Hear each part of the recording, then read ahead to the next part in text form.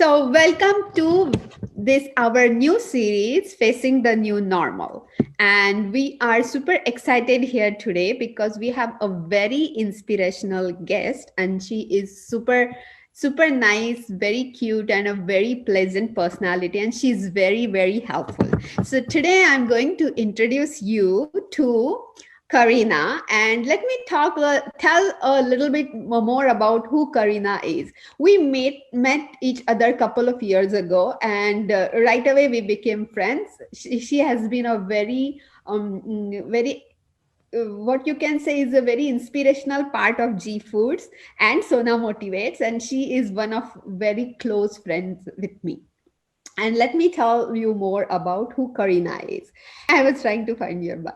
So, Karina, today's guest is Cosmo. Karina, she is currently a caregiver for her mom who has dementia type Alzheimer's. So, those who don't know what dementia is a general term for loss of memory and other mental abilities severe enough to interfere with daily life. So she is a caregiver. She's a very warm person. And it is a little hard journey for her, but she has been keeping it together. She has been doing a great job with her mom. And she today actually she wants to share the real joy of being a caregiver and uh, being the warm person, especially in these times when we need hope and faith. And she is doing an amazing job, and today she's going to share a lot of great things about her journey with us. So welcome, Karina, and tell us a little bit more about yourself. Hello, Sonali. Hello, everyone who is here this morning. I really appreciate you taking the time to join us today. Thank you, Sonali, for having me in your new series, Facing the new normal. Yes. Yes. Well, my name, as you say, is Karina, and I currently a caregiver for my mom. I've been caregiving her for 16 years already. And it's actually something I didn't choose to do, but the life put things, together. So I was the one, has to show up for her and stay strong for her. So at the beginning, it wasn't easy. I struggled so much with the fact that I have to have this over my shoulder. I was only 21 years old when my mom started with her dementia symptoms. So you're in that age where you just, like looking what do you like, what you want to do in life, you want to study, you want to have some other kind of life. So when my mom started with this disease, with this illness, actually, I found myself like in nowhere, like don't know what to do with my life and her life. Everything was very confused because she was only 49 years old. So what she has is actually called onset dementia or type Alzheimer, because it's early dementia. You see these cases outside with people that have 65 years old. You see this on people 85 years old, but not so frequently with 49 years old. When my mom started with the first symptoms, actually her first symptoms was hallucinations. And hallucination, hearing things, seeing things. So I didn't know how to handle that. She started with depression. So then there was a point where you're lacking with so much information about the topic that you start thinking could be so many things except for dementia, you start thinking she is on depression, she doesn't want to take care of herself. You start blaming her, because she doesn't want to do the things, she doesn't want to work, she doesn't want to do the stuff, And also you get to the point, well, we were a religious person. I'm a believer, but on the time we used to go to church. So then you start thinking, oh, there's something spiritual. She's seeing things. This is something spiritual. And then you get so far from the idea that you have to be tested, you have to go to the doctor and all these things. So it was actually at her like 44 that I knew I have to take her to a doctor. But we were just establishing in this. Just wanted to convey that there are people like her around, and it's very motivating and inspirational to listen to her. So Karina, so now may I start with the first question? Yes, absolutely. Okay, so apart from all these conditions, and you still, tell us actually more about how you were able to keep it together. What are you passionate about? What helped you bring yourself above all the situation? Absolutely, yes. Today I'm very passionate about belly dancing. Okay. I have found my passion actually in the middle of caregiving my mom. Yes. Okay. And I'm so happy that I found belly dancing because one of the things that I feel so sad and brought me to stages of depression while I was caring for my mom is the fact that I didn't feel passion for anything. you know, Yes. Caring for someone else took so much from you that you feel sometimes you have the time to do things while you take care of them, but you are depressed, you know, I and because you see your family member decline. Yeah. And it's hard. It's very hard. So I said to myself today, I have to learn how to belly dance it. And I went to my house and right away I looked for videos on YouTube. And I started doing whatever the girls say to do. And I try my best. I said, no, I have to find some classes. And then I look for the classes. And I used to go my first classes with my mom also. She would sit down and wait for me, and I discovered so much culture, so much history. I finally feel like I have something for myself while taking care of my mom. I feel like I can dance, I can learn move, I can learn move, do movement with my body that I never thought I could do, and moving some muscle that I never thought I could move. And Okay. I say this because I used to be a skater, and to skate is so beautiful as well. And I also been in the fitness, like lifting weights. All these things have something to offer you. But what happened to me with the belly dancing is that I get to do things that I never thought I could.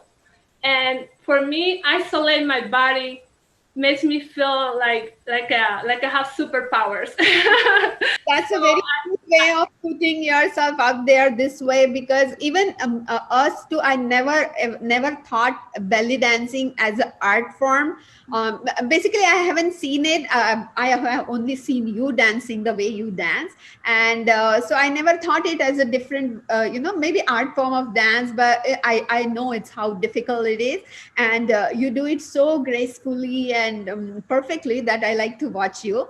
But the thing is, you just answered my second question as well, that how dance has helped you be a better caregiver. I will add to that how it helped me as a caregiver. I could add that I am happier. I feel joy, so Exactly. I can treat my mom with that joy. Yeah. So And because I have this for myself, I had this time where I train. I can dance for joy. I can dance because I feel sad. It doesn't mean that I find belly dancing and I do not have this feeling. No, I have a lot of stress every day, but I have something to drain all these feelings. Yeah, exactly. so then when I feel frustrated, sometimes my mom gives some hard time. And I Uh-huh. say, you know what? It's okay. This time is for her. Then you're gonna have your time. Then you're gonna, close the door. You're gonna be dancing. everything's gonna be fine. So that gives me like the patience I need to give her a better care, I would say. Thank you so much for this tip, because we always talk about all this on our videos, and also on our channel, that you have to focus on the solutions and not problems, and please try to do the right things. And it's different to say stuff, but it's different to experience it and then apply it right away. And that's why, Karina, I wanted to call her on this, facing the new normal, because with this changing season, we have so many people around who are suffering from all these different conditions, and especially with COVID-19 and all this fear and all anxiety attacking us. It's very hard to keep yourself grounded. So this is a great idea what we are getting from Karina right now, to focus on the right things. That's what she has been doing, because she found her passion in dance, and that too, belly dancing. Have you ever imagined that the belly dancing can be this way? It can be so motivating and different and differently inspiring. So that's what she did, and I'm very grateful for you to come here and share your story. And let's move on to third question. But still, from where we are here right now in the Western culture, and I have when I was doing my dietitian degree, I realized that there are these long-term care facilities where we worked with elderly citizens, senior citizens, and so we found out that, I know there are these kind of facilities available, right? So did you ever think of that the option, Yes, I did. for her and her safety as well, not only for all these conditions, all these reasons, but also for the safety reason? Yes, absolutely. Yes, I thought about it. And actually, I opened a process maybe like 2 years ago to do that. But you know what happened? You just mentioned that, like, we are immigrants. Sometimes we want also to, like, to have our parents close. And if, like, for the fact that we are not in our country of origin, we can do so much, And through all this process, I learned, like, life has taught me what really matters in life. And I started to suffer, depression before before, before she started with her first symptoms. And my mom was the one who used to lift me up every morning, say that I can do this, that I'm strong, that I have a beautiful future. My mom was the one that, like, helped me, like, to have hope. And when she started with the disease, it was funny, but I feel like I learned to be strong through her. I used to tell my mom that I'm so weak, I cannot with this, I cannot with that. And she used to, oh my God, you don't know. So through this whole process, I have passed through so many things. So there was a point that there was so much on me, and we thought that the best thing was to put my mom in a facility. And but what happened is that I've been taking for her so much already that I created a bond with her so much more stronger than before. That is, I thought that before I have a bond with my mom, like right now I feel like we're one, Mm-hmm. So when I was in the process to put my mom in the facility, there is so many things that happen. First, that I don't have my mom with medicine because my mom has hepatitis C, and she's very sensitive to medicine. So in order to put her in a facility, she has to be medicated. And we tried that, and my mom declined so badly that for myself, see my mom like that, because it's the only way to put her in a facility, I say, no way. I say, no. I don't know how. I say, God, but you are gonna help me, but I'm not taking my mom. It doesn't feel right on me. So I put back the whole process. I hold the process for putting my mom on a facility. That was my case. I'm not saying that everyone has to do the same. Like everyone is different. Every case is different out there, you know. In my case, I've been my mom for so long because I didn't have any other option. Like we was establishing here, you know, we were immigrants, we didn't have insurance. So through all this process, I was with my mom. And then when I finally had the opportunity that she qualified for Medicaid, when she turned 65, is when I noticed I can do not at this time. Maybe if I could be having the opportunity when I didn't have all these feelings, you know, this bond created, maybe I will do that. But not after so much. And I handled my mom really well in USA. I learned. Oh, so yeah, it's very interesting to know your journey. I always felt the inspiration through her. I always felt the positivity through her, and when she shared her story with me, it's a beautiful thing, right? It's always easy to blame someone for the problems, maybe for your mom's condition, to blame maybe the circumstances, the situations, or even the relatives or the loved ones, or some, you know, even siblings. But that's what I always appreciate about you, that even in these darkest situations, in these darkest times, you never ever thought ill, or you never talked anything bad about anybody else, including the situation. And you are so faithful and powerful, and very strong person. I really appreciate what you are doing. And like I said, you are really blessed that she's with you and you are taking care of her.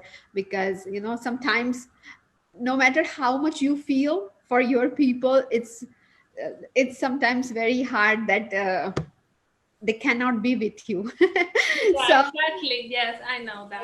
Yeah. it's a great way of looking at it. One more thing I would like to ask you before leaving. Of course, we have summarized most of it, but what would you like our viewers to know? What would you like our viewers to, you know, understand about this, or take away from today's chat with you? Sure, sure. Um, I would say the two things I have learned through all this process, and these two things are the things that I remind myself. One is to live one day at a time. Live one day at a time. I every time I feel frustrated, stressed, I say just live today to the fullest. Face whatever you have to face today with your mom, with whatever else you know is happening in my life, and I try to don't think so much about future, but live in my present, and don't I try to every time I start remember the past, I try to come back to my present, because I think what we we live is our present, and we can work today hard to have a better future. I through that process, I learned that sometimes what people tell you how you should be living your life affect you so much. And everyone had their own idea of how to live their life.